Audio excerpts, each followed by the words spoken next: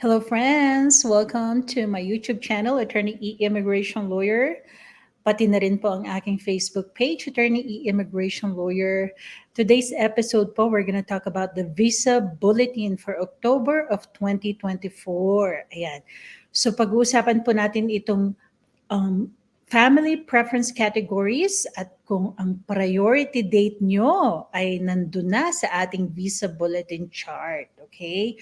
So meron po tayong apat na categories, actually five. So F1 category, F2A and F2B, F3 category, and F4 category. So I'm going to be sharing with you my screen para po makita ninyo. Before we start, I want to introduce myself. Sa mga hindi pa po nakakakilala, ako si Attorney Elaine Antonio Bordeaux. I'm based in the United States and I help clients from all over the world, mostly Filipinos kasi syempre I'm a Filipino-American and ako po ay nagmula sa Pilipinas kaya po marami tayong mga kliyente galing sa Pilipinas.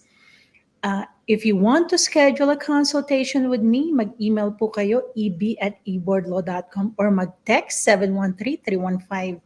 713-315-7793. I've been practicing U.S. immigration law for more than 10 years. Actually, 15 years na po ngayon. Okay? So, today's episode, we're going to talk about the Visa Bulletin for October of 2024. Ito yung para dun sa mga naghihintay na may mga category F1, F2A, F2B, F3, and F4. Ayan. So how do you know kung ano ang inyong category? Makikita niyo po yan dun sa receipt notice. And meron po tinatawag na priority date, yung date ng filing po nung kayo ay na-sponsor or na-petition. So how do you know that? Nasa receipt notice po ang inyong priority date. Ang priority date po ay napaka-importante because it tells you kung malapit na pong maging available ang visa for you. Okay? So, let's get started. I'm going to share to you my screen. Ayan. So, hold on po. Just 1 second.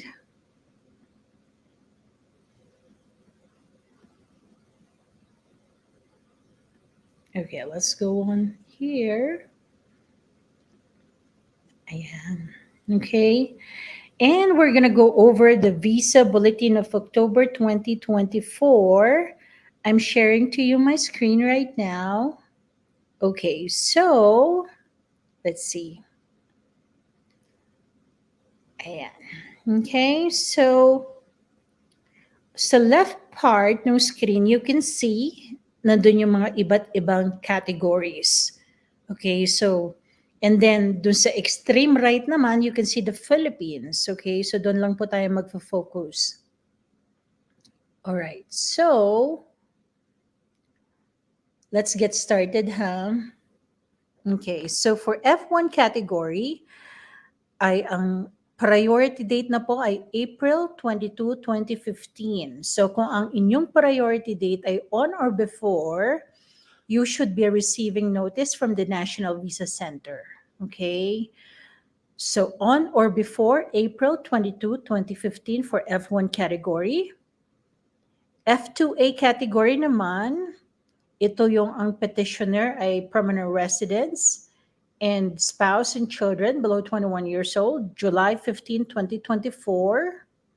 Para naman po sa F2B category, ito yung green card holder petitioner, pero po ang anak ay umabot na ng 21 years old, unmarried, and 21 and over, or 21 and above, October 1, 2013. Para naman po sa F3 category, ito po yung mga married sons and daughters ng US citizens, May 8, 2004. Para naman po sa F4 category, ito yung mga brothers and siblings, brothers and sisters of adult US citizen petitioners, August 1, 2006. Ayan po.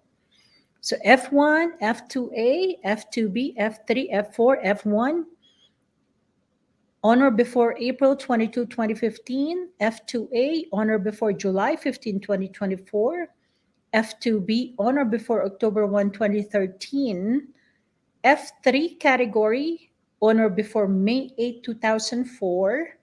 F4 category, on or before August 1, 2006. Okay, so ano pong mangyayari when you reach this kung ang inyong priority date ay pasok dito sa chart na ito, you will be notified by the National Visa Center na magsisimula na po kayo ng bagong proseso. Okay, so when you get to the National Visa Center, mayroon po kayong notice that you will get from the National Visa Center.